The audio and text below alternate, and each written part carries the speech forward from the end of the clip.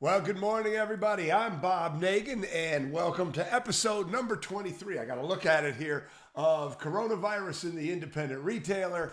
I am honored that you're spending a couple minutes with us here today, and I want to congratulate you. I want to congratulate all of us here at the Nagin House. We are one day closer to the end of this pandemic. I don't know when the end of the pandemic is, but I do know that we are one day closer, and that is a cause for celebration. So today I'm going to share with you a case study.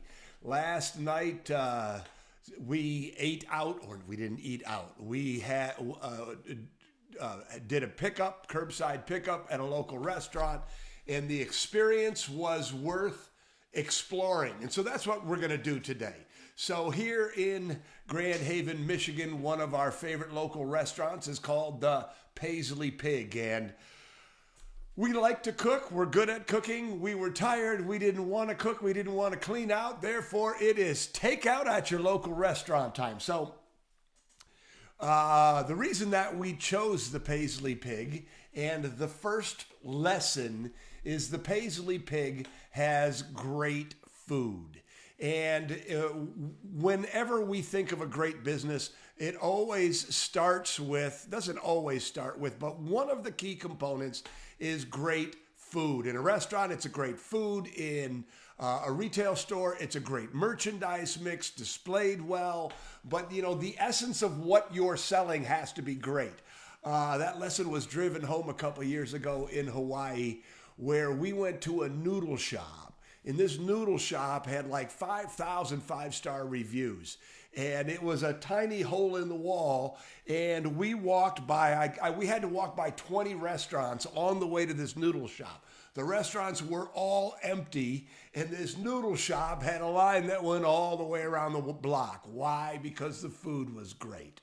Have you ever gone into a store and you go, what are they selling? What is going on here? You have to have the good merchandise. You have to have the right merchandise. Your merchandise needs to speak to your customers. So that's the first lesson, is that they have great product. You have to have great product. By the way, this is holding true here in Grand Haven too. A lot of the restaurants aren't open for takeout. And they're the restaurants that tend to not have the great food, right? During their time, they tend to rely on location, or they rely on being in business for a long time, or perhaps they serve a particular type of food. But Paisley Pig was busy. Why? Great food. Number two, the Paisley Pig was hustling. They were hustling. You look at their Facebook page, they're hustling. When I called on the phone, you could tell they were happy to hear from me. They wanted to serve me. You know, I mean, there was genuine enthusiasm around the fact that I was giving them my business. They were appreciative. It sounded like there was energy around it. Signage, attitude.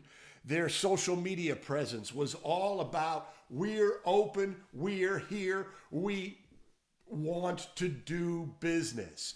And I think it's so important that your customers see your energy, see your enthusiasm. Yeah, sometimes you're going to have to fake it, but as a general rule, people respond to that, particularly in times now, right? Everybody's feeling a little uneasy and uncertain and a little anxiety.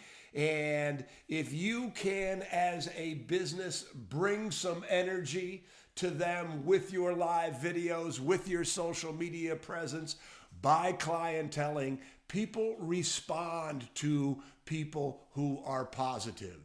Paisley Pig was positive. I loved it. I loved it. I loved it. Number three, they are practicing social responsibility. People want to see a socially responsible business right now, and they're doing it in a couple of different ways. First of all, safety.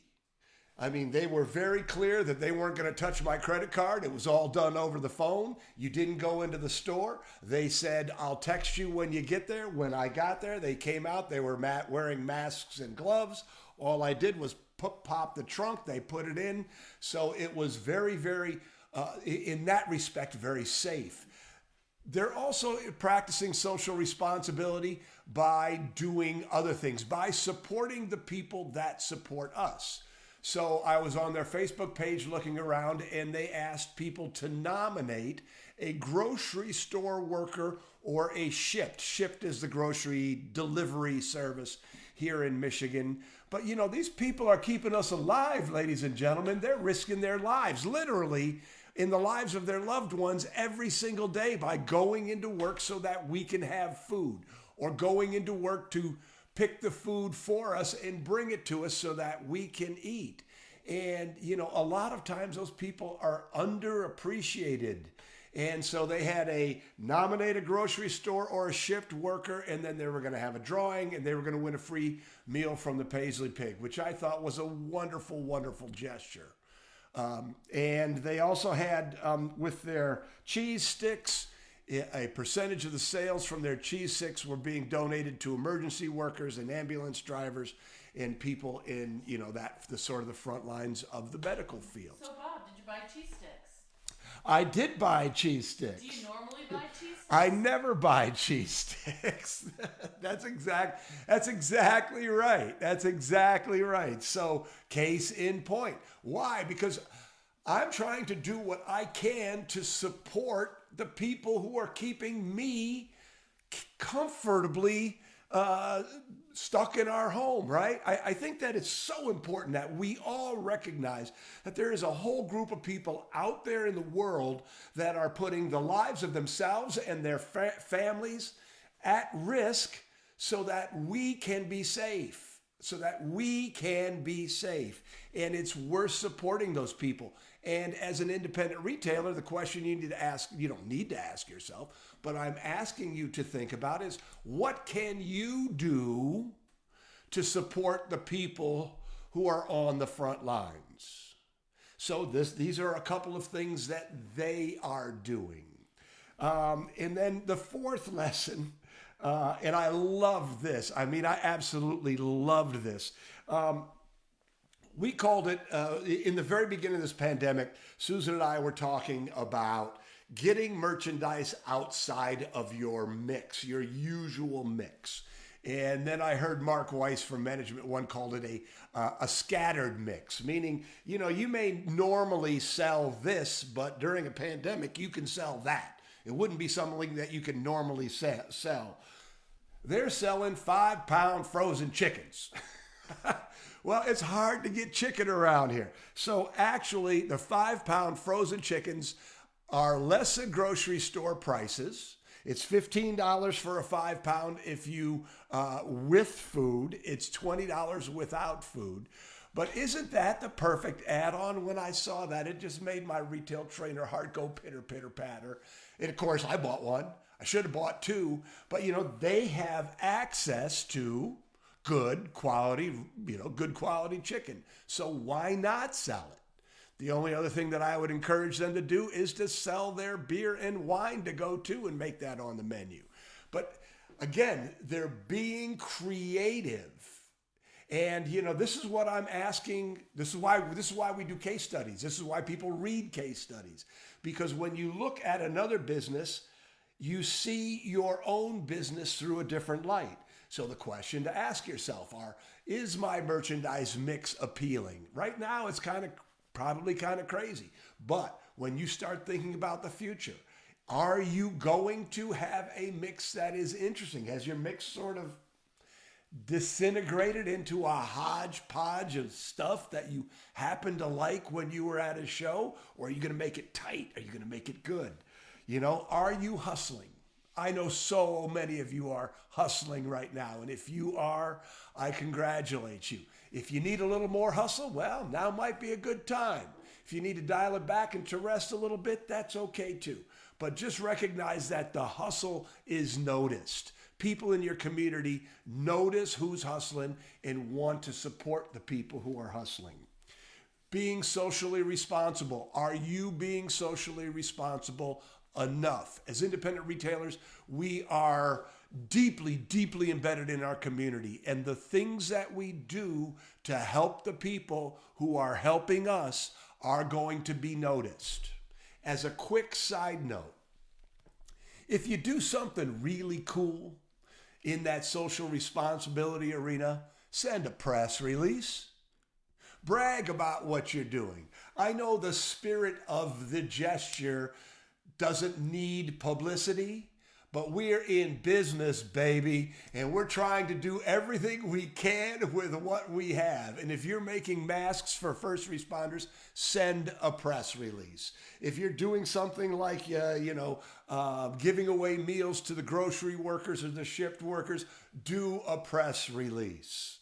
You know, the news is looking for good news. Give them some. Give them the good news about what you're doing to be a great person in your community.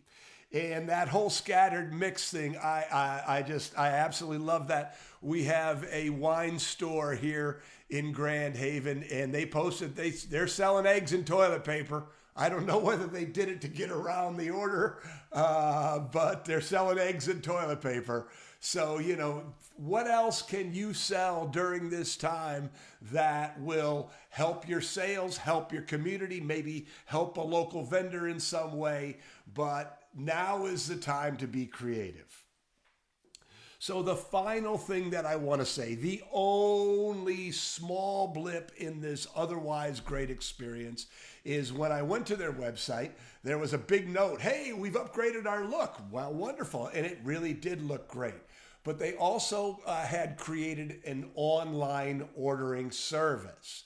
And when you clicked on order online, you were brought to another page. And that's where you're supposed to order online. But it wasn't quite as intuitive. I had some questions, so I wanted to call. And also, I like to call. I like to hear the energy, right? I want to talk to somebody. And there was no telephone number on the ordering page. So it was a small blip, but it's an important blip. And the reason that I shared that with you is not to be critical of the Paisley Pig, but it's really important that you look at the entire ordering process through your customer's eyes. You know, that you really saw, you find 10 people you know and you love, and you say, hey, can you order from me and give me feedback? You know, in the Platinum Mastermind Group, we always do this thing called a customer experience audit. And we go through places in the customer journey and say, what are they doing here? What are they doing here? What are they feeling here? What can we do better here? So this intense customer focus is really an important part of doing business. And again, that is not being critical of the Paisley Pig. It was just something I wanted to point out because it's an important part of the online shopping experience. If you're doing curbside pickup, if you're new to e-commerce, and I know a lot of you are brand new to both, I would encourage you to do that, to really sit down with a piece of paper and a pencil and your staff in ADD, ask, discuss, decide, that whole process. You know, from the minute they call to the minute that they've driven away, and the follow-up and everything after that too. Make sure that you're making that experience great, because what we want to do is we want to take these sales that happen during the pandemic and turn them into loyalty. We want those people to be super hyper loyal customers after the pandemic because of the experience they received during the pandemic. All right. Well, I hope that you found that helpful, and I would encourage you to start looking at your experiences right now, your shopping experiences right now during this pandemic, and look at it through the lens of a case study. What are people doing well? What could they do better? How could they do it differently? And then apply it to your business so that you can be better, so that you'll be stronger when this is all said and done. So again, hope that was helpful to you. And I'll just say it again. We're just so honored that you tune in and watch this, or you watch it later as a replay, or you listen to it as a podcast. Well, I mean, it just means the world to us. So I just want to say thank you. That's that. We'll see you tomorrow.